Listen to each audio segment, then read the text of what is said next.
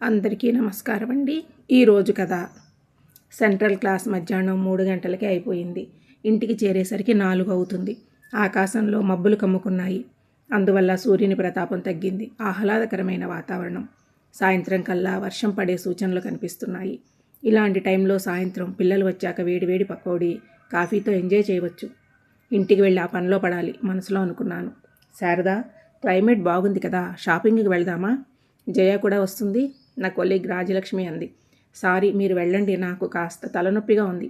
ఇంటికి వెళ్ళి strong tea తాగితే కానీ తగ్గదు. నెక్స్ట్ టైం చూద్దాం, సున్నితంగా తిరస్కరించాను. ఇంటికి వెళ్ళి ఏ పని ముందు చేయాలో ఆలోచిస్తూనే ఇల్లు చేరుకున్నాను. బయట 2 సైకిళ్ళు ఉన్నాయి. తలుపు దగ్గరగా చేరవేసి ఉంది. ఓహో, రవి కాలేజ్ నుంచి అప్పుడే వచ్చేశాడా అనుకుంటూ తలుపు తట్టపోయాను. లోపల నుండి గుసగుసలు వినిపించాయి. నాకు తెలిసి రవి ఎప్పుడు బడబడా వాగడమే తప్ప సైలెంట్గా మాట్లాడాడు. ఏంటా సీక్రెట్ అనుకుంటూ చెవులు రిక్కించి విన్నాను. లోపల రవి, వాడి బెస్ట్ ఫ్రెండ్ ఆనంద్ ఇద్దరూ మాట్లాడుకుంటున్నారు. అది కాదురా ఆనంద్, ఇంకోసారి ఆలోచించు. ఫైనల్ వార్నింగ్ ఇవ్వు. అప్పుడు కాదంటే నువ్వు చెప్పినట్టు చేద్దాం. లేదురా, దానికి బాగా పొగరు ఎక్కువైంది. కాలేజీ బ్యూటీ అని గర్వం. దాని ముఖాన యాసిడ్ పడితే కానీ దాని పొగరు అణగదు. సరే, నీ ఇష్టం.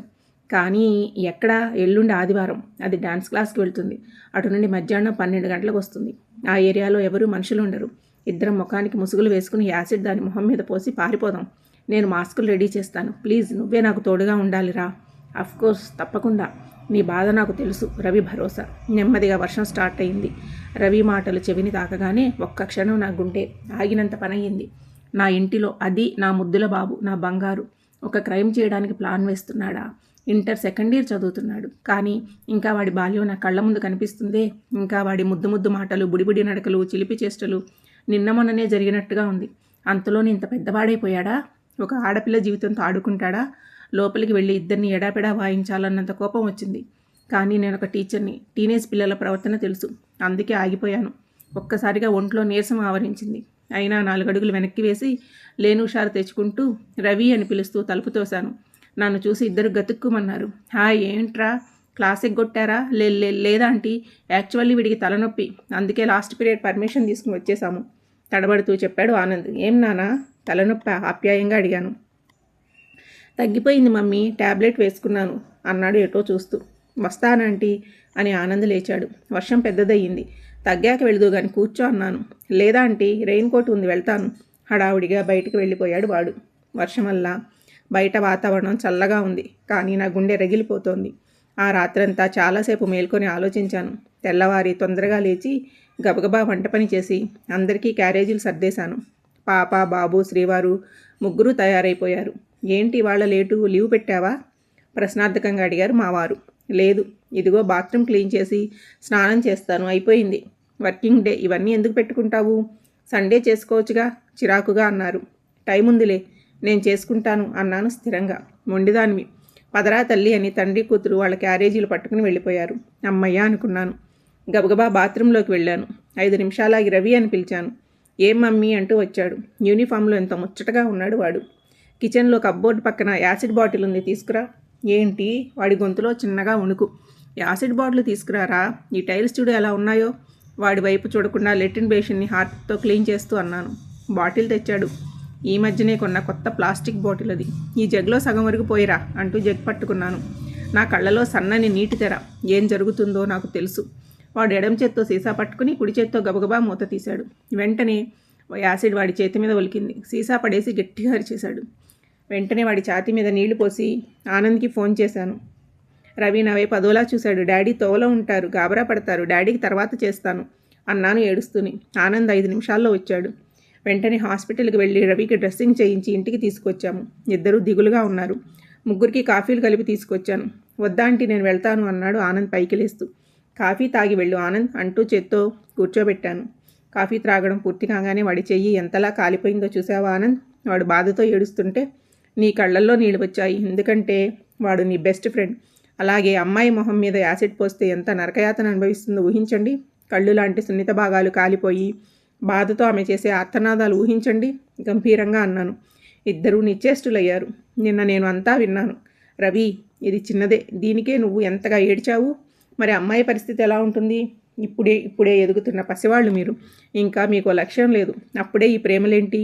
అమ్మాయిలకి వాళ్ళ ఇష్టాలు ఉంటాయి. మనకి వాళ్ళు నచ్చారని వాళ్ళకి మనం అంతే నచ్చాలని రూల్ ఏం లేదు. మీది ప్రేమ కాదు, జస్ట్ అట్రాక్షన్ అంతే. అంతెందుకురా, మన శ్రావణిని మొన్న ఎవరో కుర్రాడు లవ్ లెటర్ ఇచ్చాడు. అది ఏడ్చుకుంటూ వచ్చి నాకు చూపించింది. అది ఎంత 8th క్లాసు, వాడు 10th క్లాసు.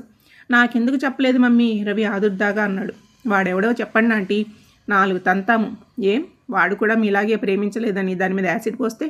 ఇద్దరి ముఖాల్లోకి చూస్తూ అన్నాను. ఇద్దరూ కామ్గా అయిపోయారు. కానీ ఆ నీరజ సంగతి మీకు తెలియదా ఆంటీ? ఫస్ట్ ఇయర్ అంతా నాతో బాగా క్లోజ్గా ఉండేది. నేను ఇచ్చిన గిఫ్ట్లు తీసుకునేది. ఇప్పుడు ఆ ఎమ్మెల్యే మనవడితో తిరుగుతుంది. అందుకే ఆనంద్, ఆ అమ్మాయి సంస్కారం అంతే అనుకుని వదిలే. You are lucky man. అలాంటి సంస్కారం లేని అమ్మాయిలని ఏం చేయలేము. అటువంటి అమ్మాయి వదిలినందుకు సంతోషపడాలి.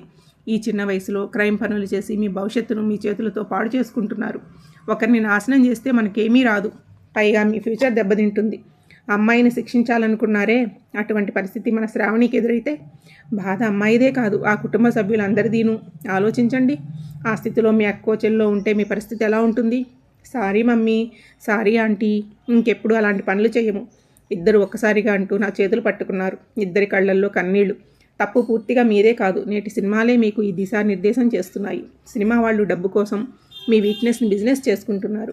కాలేజీలో అందరికీ తప్పనిసరిగా బాయ్ ఫ్రెండ్స్, గర్ల్ ఫ్రెండ్స్ ఉండాలనే సందేశం ఇస్తున్నారు. అటువంటి పరిస్థితి వాళ్ళ ఇళ్లలో వస్తే తెలుస్తుంది.